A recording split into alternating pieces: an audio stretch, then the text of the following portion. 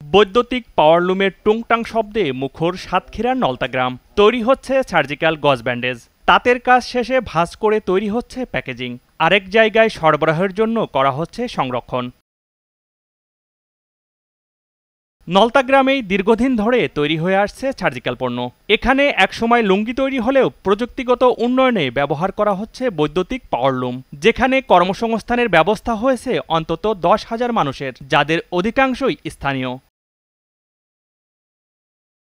একসময় নলতায় উৎপাদিত গজ ব্যান্ডেজ বাজারজাত করা হতো ভারতে।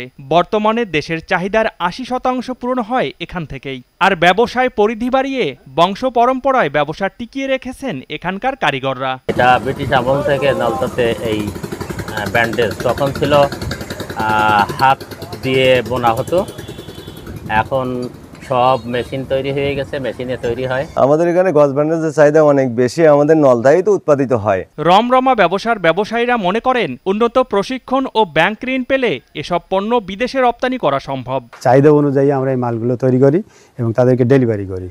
ভবিষ্যতে আমরা এটাকে বড় করার ইচ্ছা আছে, যদি সেইভাবে সুযোগ সুবিধা পাই, সরকার সেই সুযোগ সুবিধা দেন, আমরা বড় করতে চাই। এদিকে এসব ব্যবসা সম্প্রসারণে সব ধরনের সহযোগিতার আশ্বাস দেন জেলা প্রশাসক মোস্তাক আহমেদ।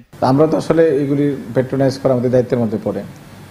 আমরা অবশ্যই দেখবো যে তাদের ঋণগত সহায়তা, অন্য কোনো সহায়তা যদি তাদের লাগে, ব্যবসায়িক কোনো সহায়তা যদি লাগে, বা এগুলি বাজারজাতকরণে যদি কোনো একটা সহায়তা তাদের লাগে, কারণ আমাদের তো সরকারের তো অনেক ধরনের কর্মপরিকল্পনা আছে, তাহলে সেক্ষেত্রে আমরা অবশ্যই সহায়তা করবো। তাঁত বোর্ডের তথ্য বলছে, নলতা গ্রামে সার্জিক্যাল গজ ব্যান্ডেজ তৈরি হচ্ছে ছোট বড় মিলিয়ে প্রায় 1100 পাওয়ারলুমে ও হ্যান্ডলুমের সংখ্যা যেখানে 43টি। News desk, channel 9।